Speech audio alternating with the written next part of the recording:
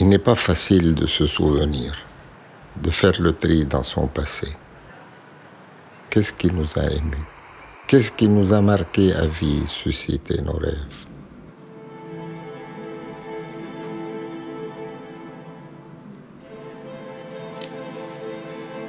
Quand j'essaye de puiser dans mes souvenirs, la première personne qui me vient à l'esprit, c'est mon père, Dr Fouad Trad, qui a fondé la maternité en 1940. J'avais alors 10 ans.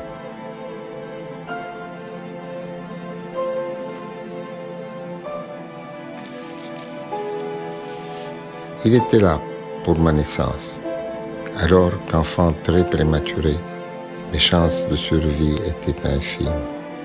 Mais il s'acharna à me faire vivre. Plus tard, mon père fut pour moi le guide, mon exemple dans la vie, mon plus grand ami. Grand sculpteur et mélomane, mon père m'a initié au beau et m'a donné le goût de la poésie.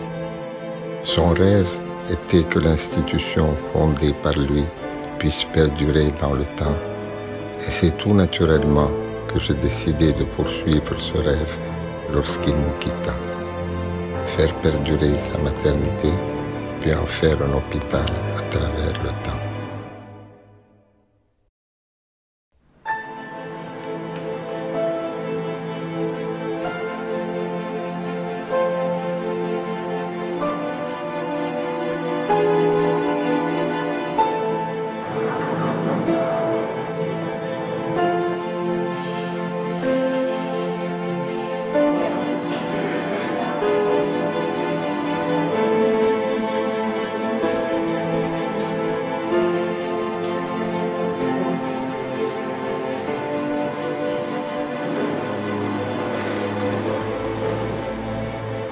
Ma vision de l'hôpital Trad est celle d'un corps avec une âme, et l'âme de cet hôpital a été, durant un demi-siècle, l'accouchement sans douleur.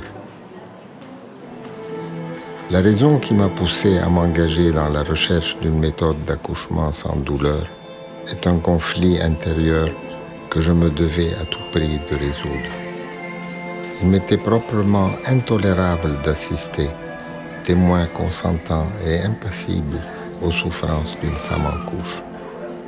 De ce dilemme était né en moi le désir passionné de trouver à tout prix un moyen efficace et pratique de soulager la douleur de la femme sans pour autant faire courir à l'enfant des risques accrus. Cette méthode que j'ai réussi à mettre au point est l'œuvre de ma vie d'obstétricien, mon testament médical.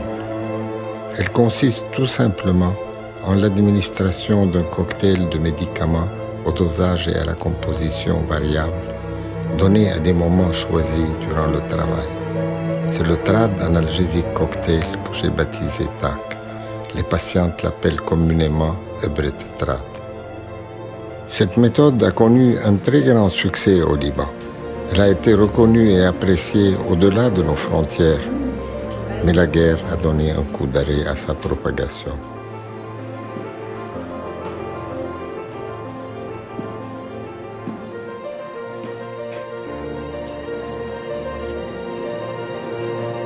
Dès après la mort de mon père en 1967, j'avais réalisé qu'une maternité seule ne pouvait plus suffire avec les nouvelles exigences nées du progrès des techniques médicales modernes.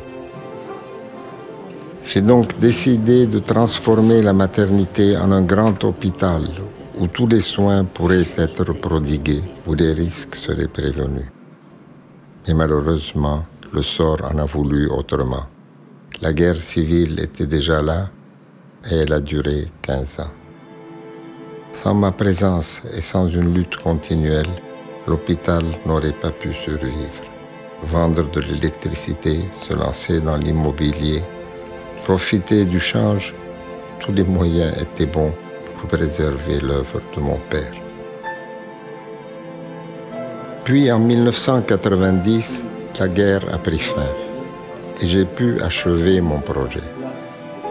L'hôpital Trad a pu ainsi non seulement résister aux aléas de la guerre, mais il a été en mesure, dans le même temps et puis par la suite, de s'agrandir peu à peu, de s'étendre et de se rééquiper. En fin de compte, il a gagné la gageure d'être ancien et moderne à la fois. Ancien par son architecture classée et moderne par sa distribution intérieure et son équipement. Ancien par sa réputation vieille de 70 ans et moderne par les nouvelles techniques qu'il a pu s'incorporer.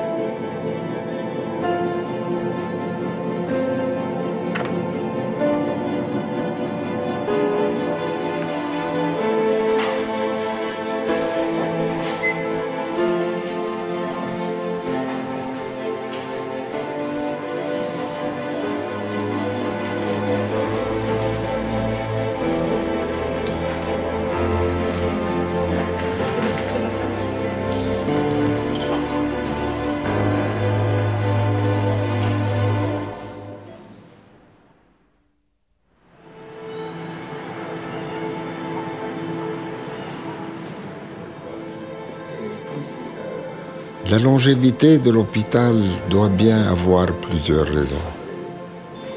Est-ce la personnalité de ses propriétaires, le contact humain qu'ils ont su établir avec leurs patients et leurs employés? Aussi, cette institution n'est pas une maternité ou un hôpital, mais un hôpital entourant la maternité du début.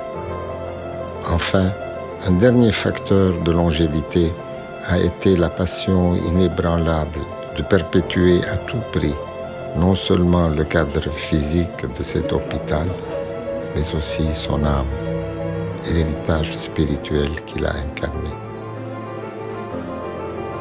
On vit et puis on meurt. Qu'est-ce que la vie et qu'est-ce qu'il en demeure? C'est peut-être pour répondre à cette question que j'ai voulu vivre mon rêve jusqu'au bout. Sinon, la vie n'aurait plus eu de sens pour moi.